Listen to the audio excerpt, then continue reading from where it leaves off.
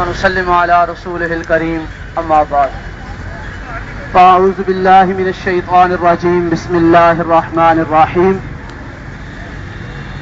قال الله تبارك وتعالى في القرآن المجيد والفرقان الحميد اهدنا الصراط المستقيم صراط الذين أنعمت عليهم غير المغضوب عليهم ولا الضالين آمين.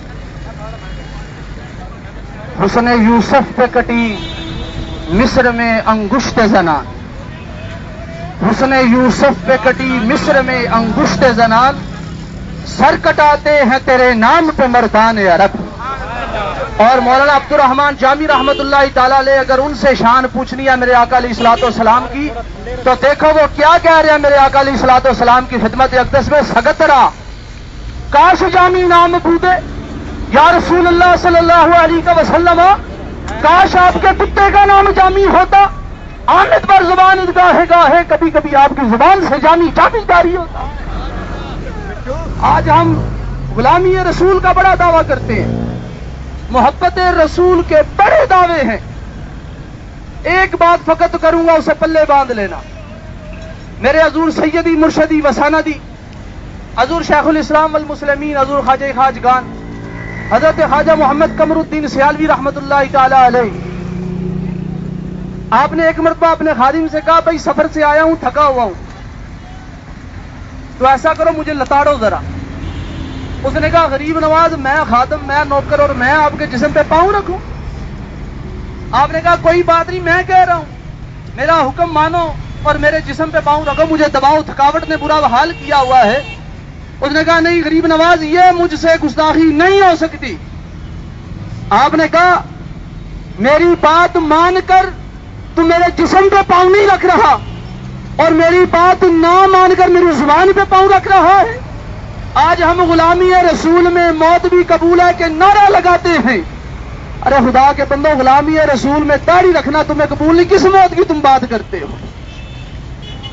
پہلے اپنے آپ کو اشاقان مصطفیٰ کا لبادہ توڑوا لو اور پھر ہم ناموس رسالت صلی اللہ علیہ وسلم کے لیے یہاں پر ہم اکٹھے ہوئے ہیں.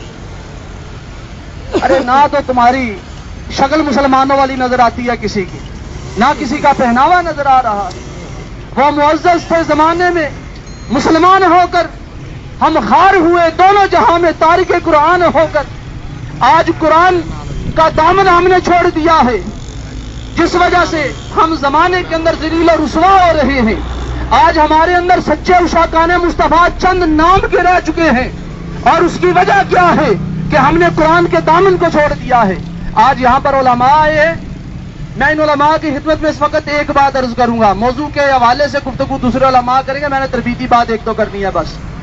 ناموس رسالت صلی اللہ علیہ وسلم کے لیے یہ علماء جہاں سے یہ وعدہ کر کے جائیں کہ ہم تحریراً اور تقریراً ہم نے اپنی اپنی مساجد کے اندر جہاد کرنا ہے. اور کیا جہاد کرنا ہے؟ جو ہمارے پاس بچہ پڑھنے آئے ہم نے اسے سچا عاشق مصطفیٰ بنانا ہے، ہم نے اسے سچا عاشق رسول بنانا ہے، ہم نے اسے پکا مسلمان بنانا ہے. خدا کی قسم اٹھا کے کہہ رہا ہوں، اگر تم پکے مسلمان بن گئے تو کیا امریکہ، کیا یورپ، کسی کی جرات نہیں ہو سکتی میرے آقا علیہ الصلوۃ والسلام کی ناموس کی طرف وہ انگلی بھی اٹھائے. آج فقط ہمارے اندر ایمان کی کمزوری ہے، اور دعا کریں اللہ کریم ہمارے ایمان کو مکمل فرما دے. اللہ کریم ہمیں ان کے راستے پر چلنے کی توفیق عطا فرمائے کہ جن راستوں پر وہ لوگ چلے تو اللہ کا انعام ان پہ نازل ہوا. وما علینا الا البلاغ المبین. جان سار حاجی ممتاز قادری تیرے جان سار.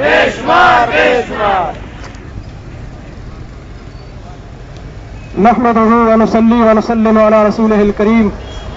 اما بعد، اعوذ بالله من الشيطان الرجيم. بسم الله الرحمن الرحيم. فلا وربك لا يؤمنون حتى يحكموك فيما شجر بينهم. صدق الله مولانا العظيم.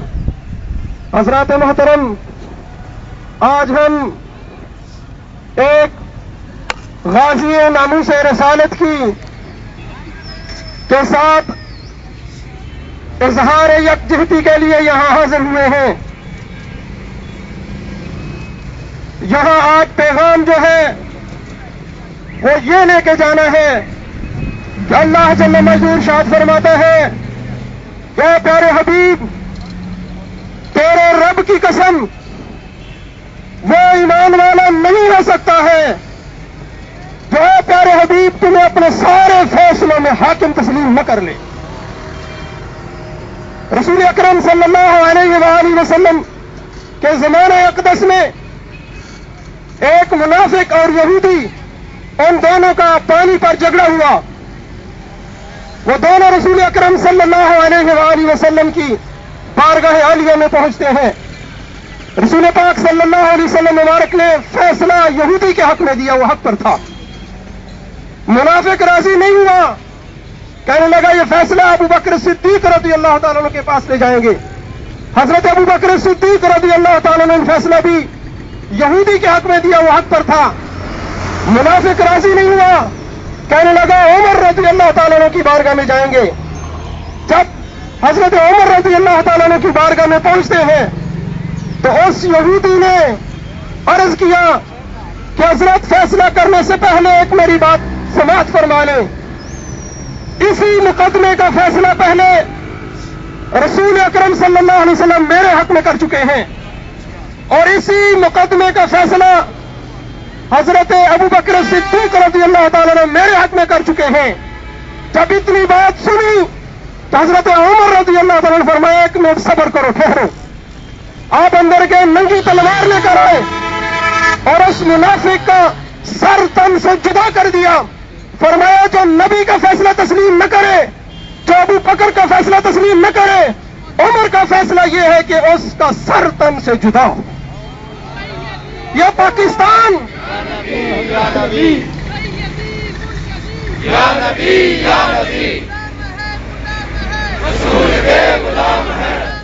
یہ پاکستان اس لیے نہیں بنایا تھا کہ یہاں ناموس رسالت امام صلی اللہ علیہ وسلم کے قانون کو چیلنج کیا جائے۔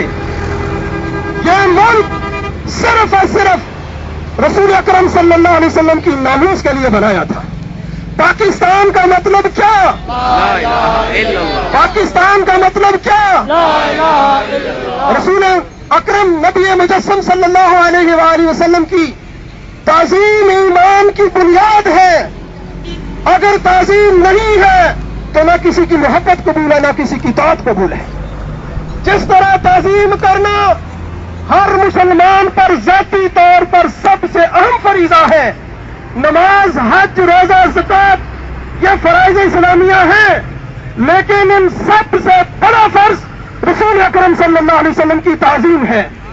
تعظیم ہر مسلمان پر ضروری ہے، لیکن اس کے ساتھ ساتھ یہ بات بھی ہمیں پلے باندھ لینی چاہیے کہ جس طرح تعظیم کرنا ضروری ہے، اسی طرح تعظیم کو برقرار رکھنا بھی ضروری ہے۔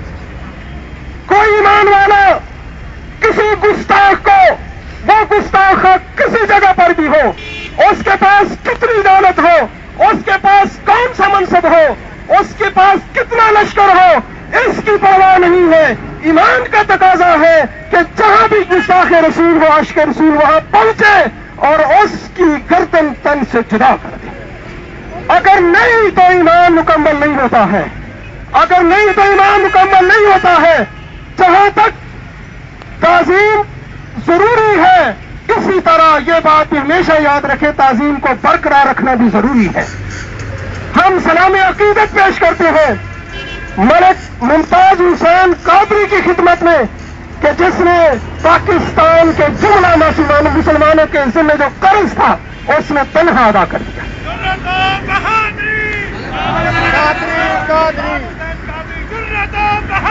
ممتاز حسین قادری، ممتاز حسین قادری، ممتاز حسین قادری۔ اور یہ پاکستان، جیسا کہ میں نے کہا، پاکستان بنایا تھا رسول اکرم صلی اللہ علیہ وآلہ وسلم کے اقوال، آپ کے افعال اور آپ کے اعمال پر عمل کرنے کے لیے، آپ کی سنت پر عمل کرنے کے لیے، آپ کے نظام پر عمل کرنے کے لیے بنایا تھا۔ یہ پاکستان رسول اکرم صلی اللہ علیہ وسلم کے نظام کو چیلنج کرنے کے لیے نہیں بنایا تھا۔ اور اللہ کا اعلان ہے